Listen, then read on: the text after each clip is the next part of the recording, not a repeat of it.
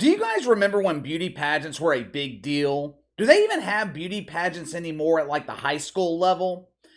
I can't imagine they do anymore. It's too much of a liability. I mean, you can't put these young women through the traumatic experience of being judged based on their looks. That's misogyny.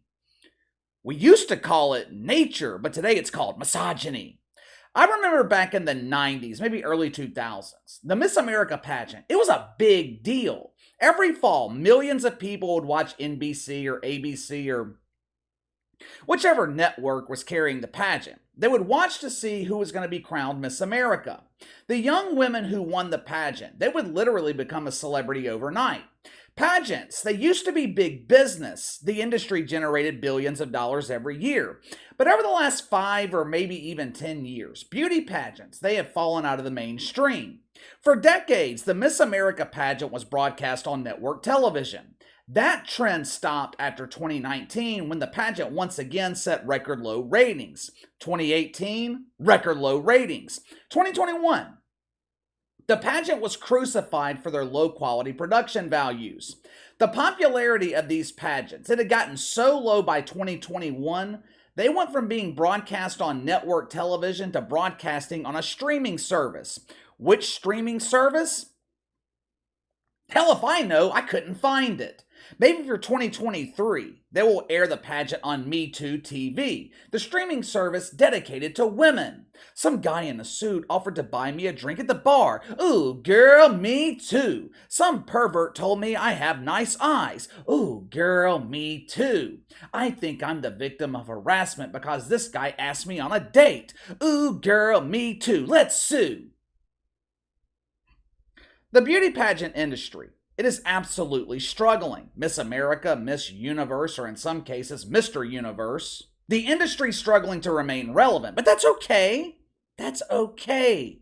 Because the deacons at Woke United Methodist, they have come up with a brilliant plan. They have formulated a strategy to recapture the attention of television viewers. Now, when Donald Trump owned the Miss America pageant, Orange Man bad! When Trump was running the pageant, he worked with a very, very basic formula. You put beautiful women in dresses and bikinis, swimsuits, and horny men are going to watch them. It doesn't take a genius like John Biden to figure this out.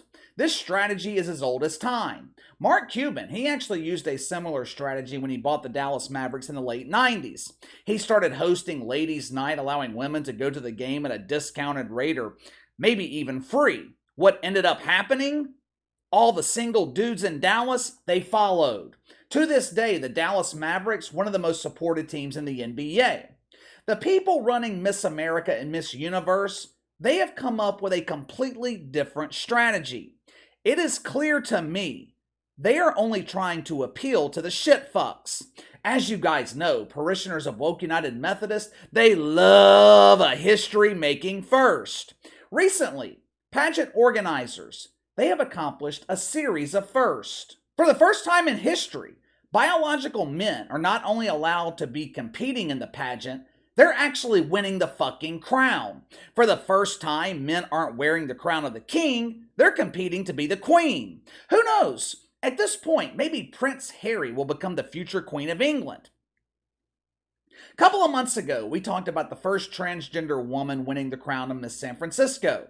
Can't remember the name of the birthing person, but they are competing to be Miss California. I think it's actually coming up later this month. Americans, we have a tendency to have tunnel vision. Most people living in America, we don't pay attention to other cultures around the world. A lot of us think that we are the only ones dealing with the shit fuckery.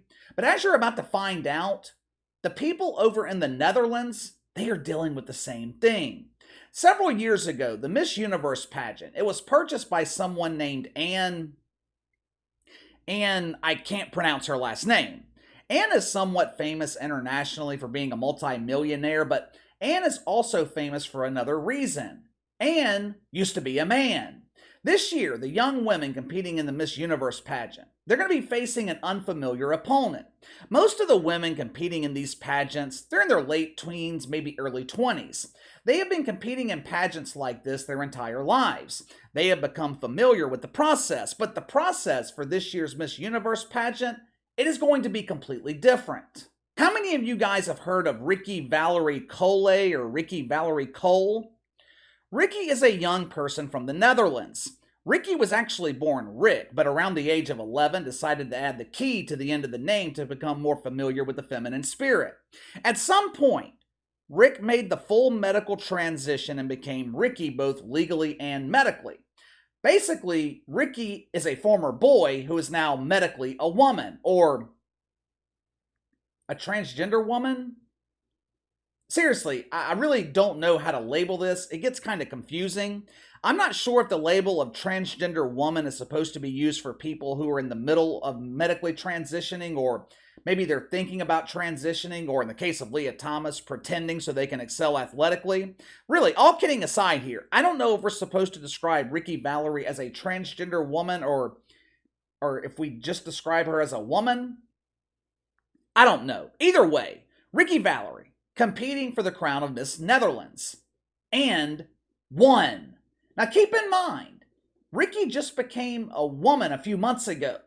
Rikkie was competing against women who have been females their entire lives. They started their life as little girls and blossomed into beautiful women. Now I'm going to introduce you to Rikkie. Rikkie filmed a special message to supporters celebrating victory and the pride. I'm going to follow that up with a very short clip from the announcement that Rikkie Valerie was named Miss Netherlands. Reason being, I want you to hear the reaction from the crowd. Roll the film.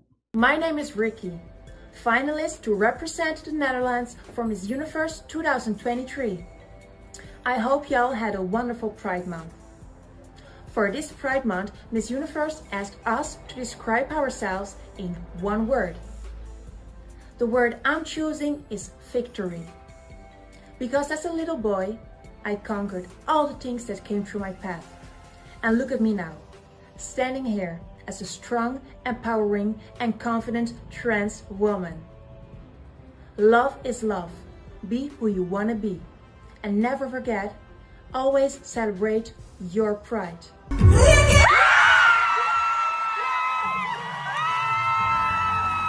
Look, I don't know anything about the Netherlands, but if I were to base my judgment of the Netherlands on that short clip, I would say that the country is fully supportive of having transgender representation on a global stage. And I struggle to use the term global stage here because very, very few people actually give a shit about the Miss Universe pageant. You know,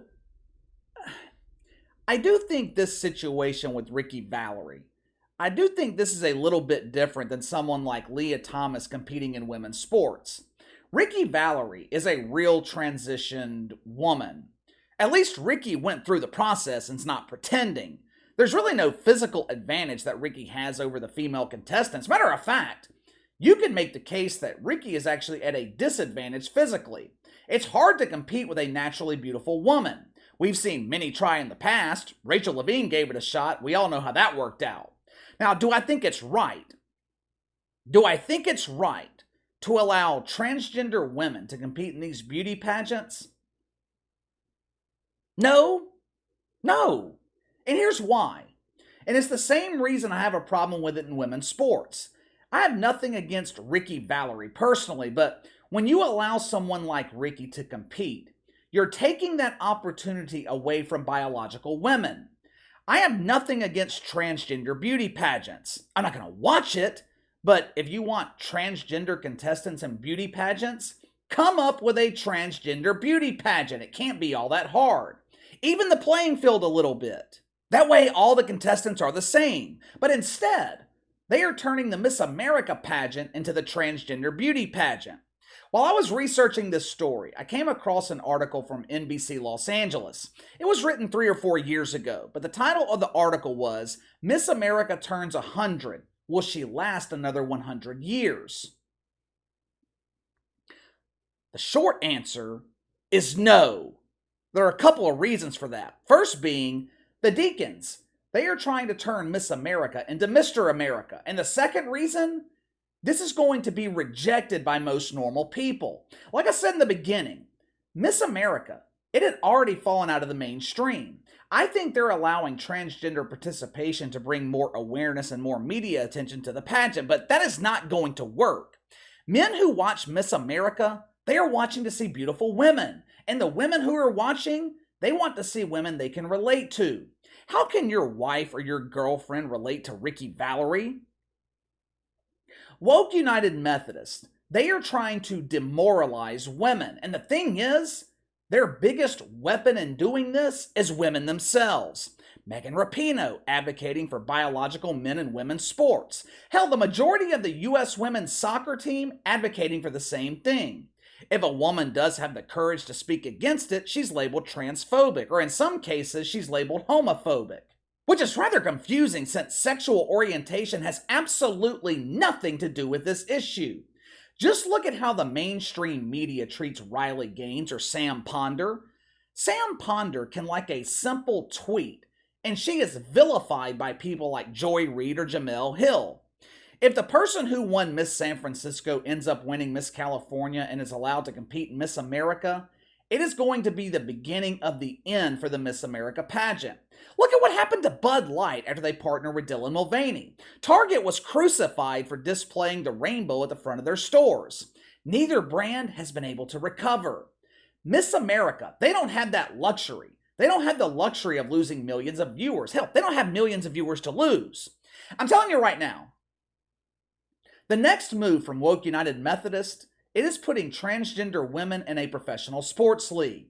That's the only move they have left. They've already done this at the high school level. They've already allowed them to infiltrate beauty pageants, college sports. If Megan Rapinoe has it her way, a former man will be allowed to join the U.S. women's soccer team or the NWSL. Hell, while we're at it, let's go ahead and put a former male team in the WNBA because it will guarantee the downfall of both leagues. Give me your thoughts. Rikkie Valerie wins the Miss Netherlands pageant, will go on to compete in Miss Universe. What do you think about this? I guess medically speaking, Rickie's a woman. With that being the case, are you okay with Rikkie competing in Miss Universe against other women? I don't know. You let me know. Sound off in the comments below. Make sure to like and subscribe. Click the notification bell to receive all notifications from the channel. Best way to contact me is by email at btlkc84@gmail.com, KC_BTL84 on Twitter. I'll see you guys tomorrow.